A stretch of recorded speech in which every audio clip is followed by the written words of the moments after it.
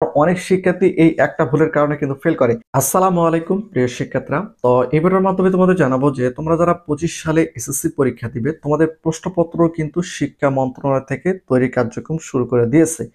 তো মেন কথা হচ্ছে যে তোমাদের প্রশ্নের কিন্তু প্যাটার্ন থাকে, এই প্যাটার্ন অনুযায়ী কিন্তু তোমাদের প্রত্যেকটা শিক্ষা বোর্ডের প্রশ্নপত্র তৈরি করা হয়।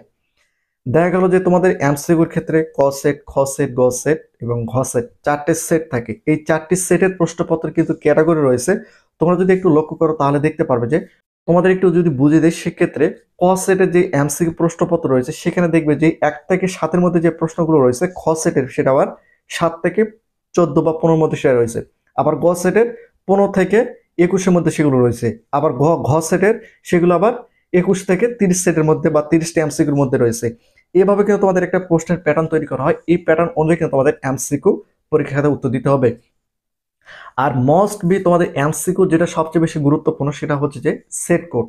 তোমাদের এমসিকিউ আমার সেটা সেট কোড যদি কোনো শিক্ষার্থী লিখতে ভুল করে তুমি শিওর থাকো তুমি ওই সাবজেক্টে ফেল করবে।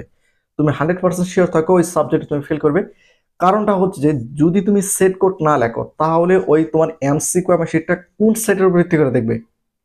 কারণ যেহেতু এমসিকিউ আমার শিটগুলো সম্পূর্ণ কম্পিউটার মেশিনের মাধ্যমে দেখা হয়, সেক্ষেত্রে সেট কোড যদি কম্পিউটার মেশিন না জানতে পারে বা না বুঝতে পারে সেক্ষেত্রে ওটা কিন্তু বাতিল বলে ঘোষণা করে বা বাতিল করে দেয়। আর বাতিল করলে কিন্তু তুমি এমসিকিউ সাবজেক্টে বা এমসিকিউতে তুমি ফেল। আর ওই সাবজেক্টে যদি এমসিকিউতে ফেল হও সেক্ষেত্রে ওই সাবজেক্টটা পুরোপুরি তুমি কিন্তু ফেল।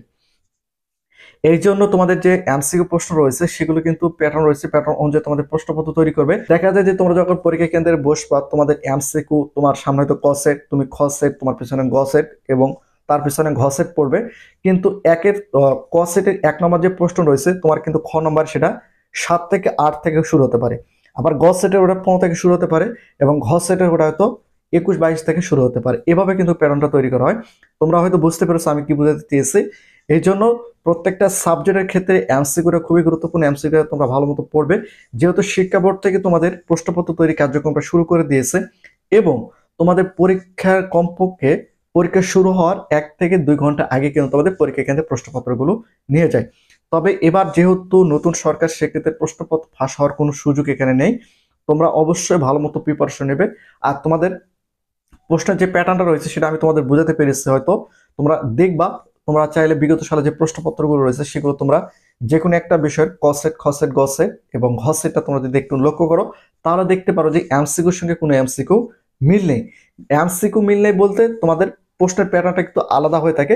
অর্থাৎ ক সেটে যে প্রশ্নপত্রগুলো রয়েছে খ সেটে সেম একই প্রশ্ন রয়েছে কিন্তু আলাদাভাবে তৈরি করা হয়েছে, অর্থাৎ এলোমেলোভাবে। আবার গ সেটে, খ সেটে এবং ক সেটের প্রশ্নপত্র যেমন সব কিন্তু গ সেটে রয়েছে কিন্তু আলাদাভাবে মানে এলোমেলো করে দেওয়া রয়েছে। আবার ঘ সেটের যে প্রশ্নপত্র ক, খ এবং গ সব সেটের প্রশ্নপত্র সেম কিন্তু আলাদাভাবে দেওয়া হয়েছে, যেটা আমি তোমাদের প্রথম ভিডিওর শুরু থেকে বলে দিলাম।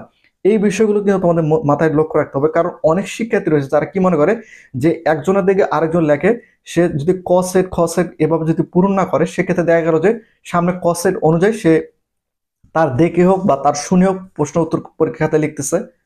তার দেখে হোক বা তার শুনে হোক সে যদি এমসিকিউ আমার সেটা পূরণ করে এবং সে যদি তার ক সেটটা সে যদি নিজে ক সেট পূরণ করে সেক্ষেত্রে কিন্তু তার ওই সাবজেক্টটা ফেল চলে আসবে। কারণ প্রশ্নপত্রের প্যাটার্ন কিন্তু অনেকটাই ভিন্ন। যদি ক সেট মিল থাকে সেক্ষেত্রে তো কোনো সমস্যা নেই। এই হচ্ছে তোমাদের প্রশ্নের প্যাটার্নটা। কারণ অনেক শিক্ষার্থী এই একটা ভুলের কারণে কিন্তু ফেল করে। দেখা গেল সামনে ক সেটের থেকে হয়তো কিছু সে জেনে নিচ্ছে কিন্তু সে ক সেট পূরণ না করে খ সেটটা পূরণ করছে, তাহলে কিন্তু তার ওই সাবজেক্টে ফেল চলে আসার সম্ভাবনা রয়েছে। তো এই বিষয়গুলো তোমাদের পরীক্ষা যাওয়ার আগে ভালো মতো বিবেচনা করতে হবে, ভালো মতো পড়তে হবে, ভালো মতো দেখতে হবে, ভালো মতো জানতে হবে। তারপরে কিন্তু তোমরা পরীক্ষার জন্য প্রিপারেশন নেবে, পরীক্ষায় কেন্দ্রের পরীক্ষার উত্তর, পরীক্ষা খাতার পরীক্ষার উত্তরগুলো তোমরা দেখবে। তো প্রতিনিয়ত আপডেট ভিডিও পেতে অবশ্যই চ্যানেলকে সাবস্ক্রাইব করে রাখো।